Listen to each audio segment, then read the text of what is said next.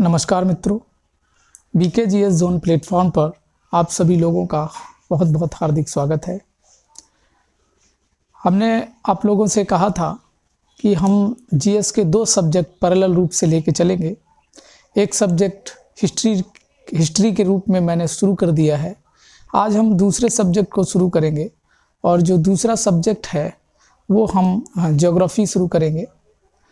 चूँकि ज्योग्राफी की काफ़ी वीडियो चैनल पर उपलब्ध हैं, इसके बावजूद जैसा कि मैंने आप लोगों से बोला था कि हम शुरू जो भी करेंगे वो बिगिनिंग से करेंगे, तो उसी क्रम में हम ज्योग्राफी को भी आज से ही शुरू करेंगे और बिल्कुल जीरो से शुरू करेंगे, बिल्कुल बिगिनिंग से समझने का हम प्रयास करेंगे। तो देखते हैं, ज्योग्राफी को अगर हम समझें,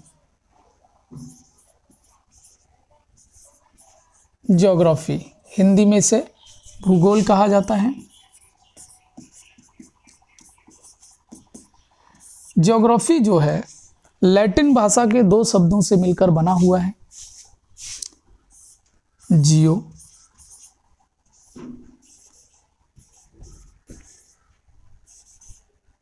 और ग्राफो। इसे ग्राफो या ग्राफी भी कह सकते हैं। जियो प्लस ग्राफो या ग्राफी। इसमें जियो से तात्पर्य है पृथ्वी और ग्राफो से तात्पर्य है वर्णन करना। तो एक ज्योग्राफी की जो डेफिनेशन बन जाती है, पृथ्वी का वर्णन ज्योग्राफी कहलाता है। ये माना गया। वर्तमान परिदृश्य, वैज्ञानिक परिदृश्य में अगर हम ज्योग्राफी की परिभाषा देने का प्रयास करें, सभी भौतिक, और इसमें मानव को भी जोड़ना आवश्यक है, सभी भौतिक और मानवीय परिवेश में सभी खगोलीय पिंडों की आपस में जो अंतरक्रिया होती है उसको ज्योग्राफी के अंतर्गत अध्ययन किया जाता है। तो क्या परिभाषा बन जाती है? सभी खगोलीय पिंडों की आपस में अंतरक्रिया का अध्ययन ज्योग्राफी के अंतर्गत किया जाता है। तो ये ज्योग्राफी की परिभाषा हो जाती है। अब सबसे पहली चीज़ ये है, भूगोल का जो पिता कहा जाता है, ये प्रश्न कई बार पूछा गया है। बेसिक फैक्ट हैं दो चार, वो आप लोगों को जानने होंगे। भूगोल का पिता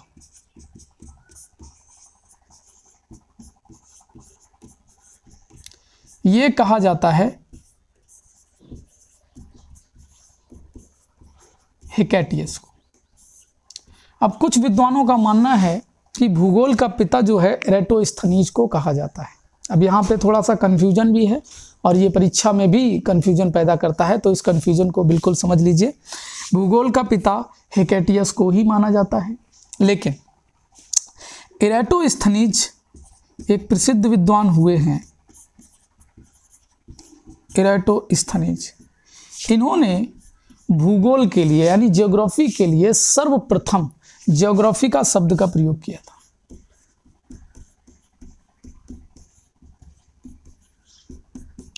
भूगोल के लिए सर्वप्रथम ज्योग्राफी का शब्द का प्रयोग किसने किया था? एरेटोस्थनीज ने किया था। इसलिए कुछ विद्वान एरेटोस्थनीज को भूगोल का पिता मानते हैं। तो इस चीज़ को आप लोग देख लीजिए। अगर दोनों विकल्प परीक्षा में हैं तो आपका प्रश्न हिकैटियस सही होगा, अगर हिकैटियस नहीं है तो एरेटोस्थनीज होगा ही होगा। ठीक है। अब यहीं पे एक प्रश्न हम और देख लेते हैं। आधुनिक भूगोल का जो जनक और पिता एक ही बात होती है। आधुनिक भूगोल, इसका पिता कहा जाता है अलेक्जेंडर वान हम्बोल्ट को। ये बहुत प्रसिद्ध विद्वान हुए हैं, अलेक्जेंडर वान हम्बोल्ट। आप हम्बोल्ट भी याद रख सकते हैं। अलेक्जेंडर वान हम्बोल्ट को आधुनिक यानी मॉडर्न ज्योग्राफी का पिता कहा जाता है, फादर ऑफ मॉडर्न ज्योग्राफी। तो आप लोग ध्यान रखिएगा। इनकी एक प्रसिद्ध कृति है कॉस्मोस। ये भी आप याद रख सकते हैं। ये अलेक्जेंडर वान हम्बोल्ट की बहुत प्रसिद्ध रचना है कॉस्मोस। ये आप लोग ध्यान रखिए। मनुष्य के मन में जब ये क्रमबद्ध चित्र उभरा कि ये दुनिया क्या है, तो उसने इसे एक नया नाम दिया ब्रह्मांड। और अब हम ब्रह्मांड की बात करें।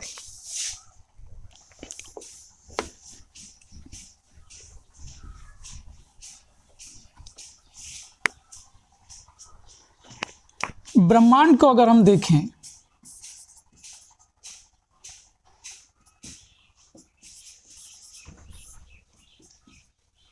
ब्रह्मांड की अगर हम बात करें तो ब्रह्मांड के संदर्भ में सर्वप्रथम कोई भी व्याख्या करने वाले, तो सबसे पहली चीज तो ये है, कुछ बेसिक चीजें हैं वो आप लोग और जान लीजिए। ब्रह्मांड और सौरमंडल, अगर ब्रह्मांड इतना है तो हमारा जो सौरमंडल है वो इसका एक बिंदु मात्र है। ये ब्रह्मांड की अगर व्यापकता का और सौरमंडल का जो तुलना अगर हम करें तो ब्रह्मांड की जो व्यापकता है वो इतनी है और सौरमंडल मात्र एक छोटा सा बिंदु है, क्योंकि सौरमंडल हमारी आकाशगंगा का एक भाग है। और ये सर्वप्रथम जिस विद्वान ने बताया था वो 1805 में विद्वान थे एडविन पी हब्बल। इन्होंने सर्वप्रथम ये बताया था कि ब्रह्मांड जो आकाशगंगा है या सोलर सिस्टम है, सौर परिवार जो है हमारा, वो ब्रह्मांड का एक अंश मात्र है। अब इस ब्रह्मांड के संदर्भ में सर्वप्रथम कोई व्याख्या देने वाले जो व्यक्ति थे वो थे क्लॉडियस टॉल्मी। कौन थे? क्लॉडियस टॉल्मी। इन्होंने 140 ईस्वी में एक सिद्धांत दिया, इनका सिद्धांत जियोसेंट्रिक थ्योरी कहलाया। क्या कहलाया? Geocentric theory.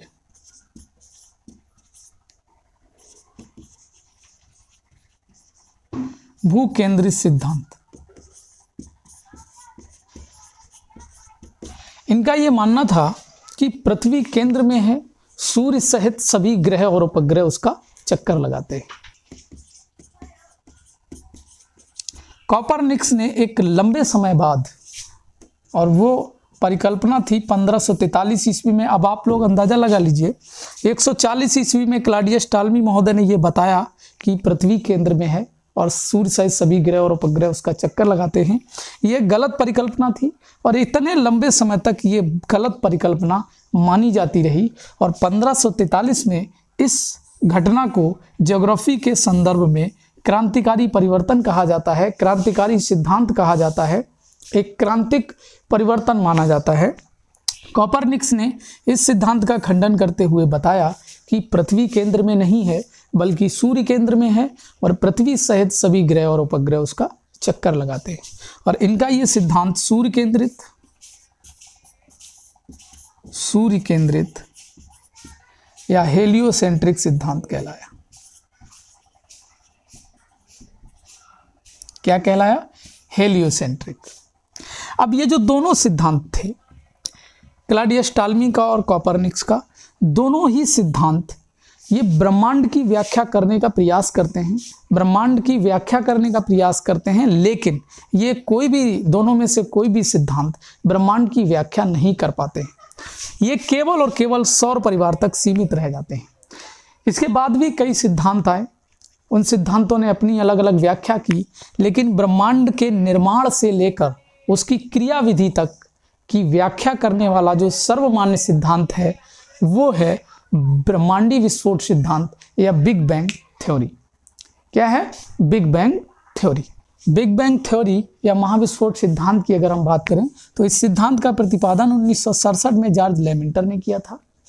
ये सिद्धांत ब्रह्मांड की क्रियाविधि और निर्माण विधि से लेकर उसकी क्रियाविधि तक की व्याख्या करता है और ये सर्वमान्य सिद्धांत है। जॉर्ज लेमेंटर ने माना कि आद्यकाल में या प्राचीन काल में, आद्यकाल कह सकते हैं, आद्यकाल में एक विशालकाय अग्निपिंड था जिसका तापमान अधिक था और घनत्व भी अधिक था तथा उसका आयतन सूक्ष्म था। आयतन कम था, तापमान अधिक था और घनत्व भी बहुत अधिक था। इस अग्निपिंड में ये हम मान सकते हैं कि इसमें एक विस्फोट हुआ और विस्फोट होने के पश्चात ये कई टुकड़ों में टूट गया। इस तरीके से ये कई टुकड़ों में टूट गया। टूटने के पश्चात इसमें पुनः विस्फोट हुआ, और जब ये पुनः विस्फोट हुआ तो इसमें दो तरीके के पदार्थ बने।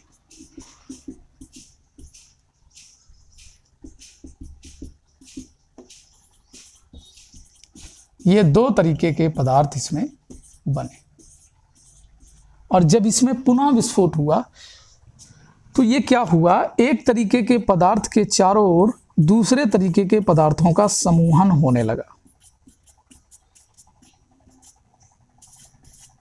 इस तरीके से, और इसमें जो दो तरीके के पदार्थ थे इनको कहा गया सामान्य पदार्थ, और इनको कहा गया काले पदार्थ। काले पदार्थ, सामान्य पदार्थ और काले पदार्थ, दो तरीके के पदार्थ जो बने, सामान्य पदार्थ थे और काले पदार्थ थे। काले पदार्थ को डार्क मैटर या गाढ़ पार्टिकल कहा जाता है। और ये प्रक्रिया निरंतर चलती रही, ये प्रक्रिया आगे भी चली, और जब ये प्रक्रिया आगे चली तो आगे चलने के बाद क्या हुआ, ये धीरे धीरे धीरे धीरे धीरे धीरे आकाश गंगाओं का निर्माण होने लगा। और जब आकाश गंगाओं का निर्माण हुआ, उसी क्रम में ग्रहों और उपग्रहों का भी निर्माण होने लगा, और इसका तापमान धीरे धीरे कम होने लगा। ठीक है, तो ये प्रक्रम था ब्रह्मांड के निर्माण से लेके उसकी क्रियाविधि तक। प्रूफ किया है नासा ने, इस सिद्धांत को सही भी माना है, और इस सिद्धांत को ये बताया है कि जो महाविस्फोट सिद्धांत है ये आज भी जारी है। और इसके लिए उन्होंने संदर्भ दिया है कि जो आकाश गंगाएं हैं, इन आकाश गंगाओं के बीच की जो दूरी है वो उस दूरी में लगातार वृद्धि हो रही है, उस दूरी में लगातार। इसकी हल्की सी हम बात कर लेते हैं डार्क मैटर या काले पदार्थ की। डार्क मैटर या काले पदार्थ की अगर हम बात करें, इनको गाढ़ पार्टिकल भी बोला जाता है। क्या बोला जाता है? गाढ़ पार्टिकल भी बोला जाता है। और संपूर्ण सृष्टि का जो सृजन है वो गाढ़ पार्टिकल से ही माना गया है, गाढ़ पार्टिकल से ही माना गया है। इस गाढ़ पार्टिकल या ब्रह्मांडी विस्फोट सिद्धांत की जो अभी मैंने बात की, इस ब्रह्मांडी विस्फोट सिद्धांत के दौरान क्या हुआ होगा, समय काल का निर्धारण कैसे हुआ, इस सिद्धांत की पुनर्व्याख्या करने के लिए, इस सिद्धांत को समझने के लिए विश्व के सभी देशों ने एक प्रयोग किया। और वो प्रयोग यूरोप में हुआ, एक यूरोपियन एजेंसी है सर्न, वहाँ पर प्रयोग हुआ 2008 में। और इस प्रयोग का दोहराव मात्र था, इस प्रयोग का दोहराव मात्र करने की कोशिश की गई है। और ये जो पूरा प्रयोग था वो इस पदार्थ तक पहुँचने के लिए था, डार्क मैटर तक। हालांकि इस पदार्थ तक नहीं पहुँच पाया गया और प्रयोग वो असफल ही रहा। ठीक है, और ये जो गाढ़ पार्टिकल है इसका जो नया नाम है वो है हिग्स बोसान। ये कई बार परीक्षाओं में पूछा गया है, हिग्स बोसान। अब इसकी एक थोड़ी सी कहानी है। हिग्स जो हैं ये पीटर हिग्स, और बोसान जो हैं सत्येंद्र नाथ बोस, ये भारतीय वैज्ञानिक रहे हैं। इन्होंने इस गाढ़ पार्टिकल या डार्क मैटर के बारे में एक रिसर्च दी थी। उस रिसर्च को आगे बढ़ाकर पीटर हिग्स ने इस पर काम किया है, और इसके लिए पीटर हिग्स को नोबेल पुरस्कार भी दिया गया है। और इसीलिए इस गाढ़ पार्टिकल को एक नया नाम दे दिया गया, दोनों महान वैज्ञानिकों के नाम पर, पीटर हिग्स के नाम से हिग्स और सत्येंद्र नाथ बोस के नाम से बोसान। तो ये गाढ़ पार्टिकल का नया नाम हिग्स बोसान है, इसको आप लोग ध्यान रखिएगा। वर्तमान में ये कई परीक्षाओं में पूछा जा चुका है। एक छोटी सी हम बात और करते हैं। इस महाविस्फोट सिद्धांत की अगर हम बात करें, वर्तमान जो सदी है या आधुनिक काल के महान वैज्ञानिक स्टीफन हॉकिंस, स्टीफन हॉकिंस सभी ने नाम सुना होगा इनका। स्टीफन हॉकिंस की अगर हम बात करें, स्टीफन हॉकिंस की एक प्रसिद्ध रचना है जिस रचना को भी परीक्षाओं में बहुत बार पूछा जा चुका है। इनकी कृति है, इनकी पुस्तक है समय का संक्षिप्त इतिहास। समय का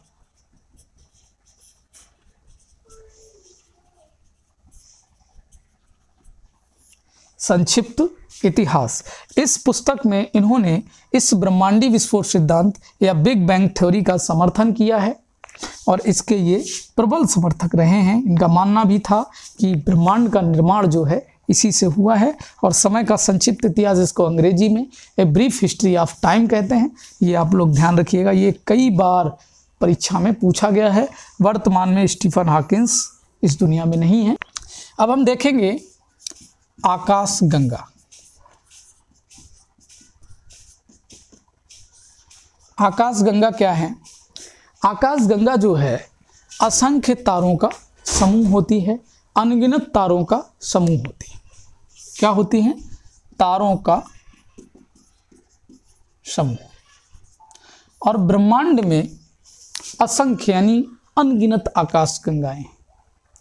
एक आकाश गंगा की अगर हम बात करें तो ये तारों का समूह होती है, एक ग्रुप ऑफ मैनी स्टार्स, कई यानी असंख्य तारों का समूह होती है।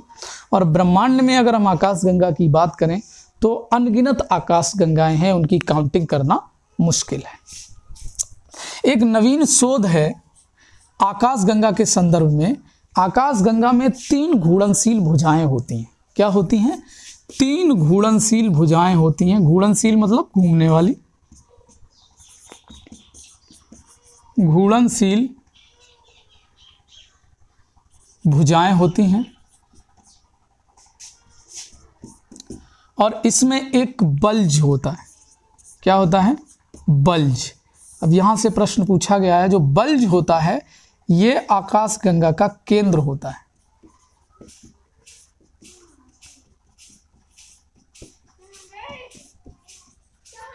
बल्ज क्या होता है? ये आकाश गंगा का केंद्र जो होता है उसे बल्ज कहा जाता है। और आकाश गंगा में जो सबसे ज्यादा तारों का समूहन होता है, तारों का जो संकेंद्रण होता है, वो यहीं होता है। तारों का सर्वाधिक संकेंद्रण।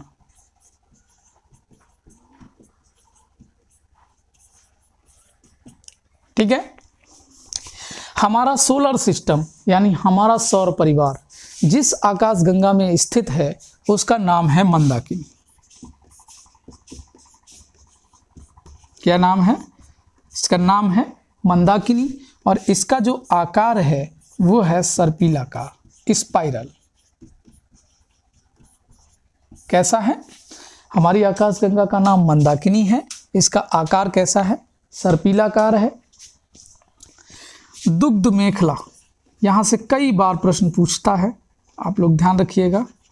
दुग्ध मेखला, ये जो हमारी आकाश गंगा है ये मंदाकिनी का भाग है।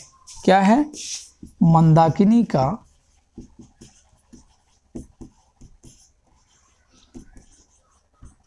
भाग है। अब यहां से कंफ्यूजन करने वाला प्रश्न आता है, बुक्स में भी दिया गया है कि हमारी आकाश गंगा का नाम दुग्ध मेखला है, तो हमारी आकाश गंगा का नाम तो मंदाकिनी ही है। हमारी आकाश गंगा का जो नाम है वो मंदाकिनी है। दुग्ध मेखला हमारी आकाश गंगा का एक भाग है, ना कि हमारी आकाश गंगा है। ठीक है। एंड्रोमेडा, एंड्रोमेडा जो है ये हमारी आकाश गंगा के सबसे नजदीक की आकाश गंगा है। हमारी आकाश गंगा जो है मंदाकिनी, उसके सबसे पास की यानी सबसे नजदीक की आकाश गंगा। तो क्या है? मंदाकिनी के सबसे पास। ठीक है। इसे देवयानी भी कहा जाता है। इसे क्या कहा जाता है? देवयानी भी कहा जाता है। Orion nebula, Orion nebula, Orion nebula की अगर हम बात करें तो ओरियन नेबुला जो है ये मंदाकिनी के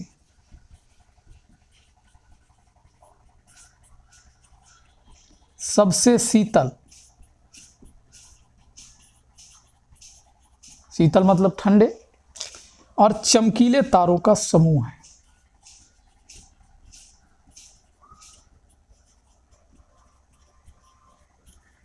क्या है? ओरियन नेबुला हमारी जो आकाश गंगा है मंदाकिनी लिखा हुआ है, इसके सबसे शीतल और चमकीले तारों का समूह है। ठीक है। अब एक चीज और है, सूर्य जो है सूर्य। ये हमारी आकाशगंगा का क्या है? एक तारा है। सूर्य क्या है? हमारी आकाशगंगा का एक तारा है। सूर्य के सबसे नजदीक का जो तारा है वो है प्रॉक्सिमा सेंचुरी। क्या है? Proxima Centauri. ये क्या है? सूर्य के सबसे नजदीक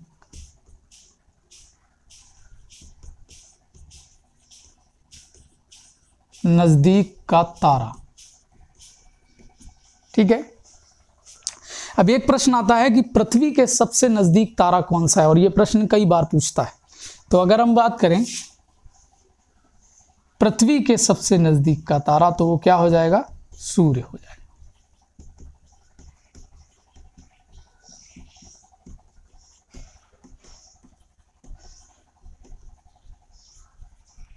ठीक है। तो ये क्या हो जाएगा? पृथ्वी के सबसे नजदीक का तारा कौन सा हो जाएगा? सूर्य। इससे आगे की चर्चा हम अगली वीडियो में करेंगे, और तब तक के लिए आप इस वीडियो को देखिए, इससे लाभ उठाइए। नमस्कार, जय हिंद, जय भारत।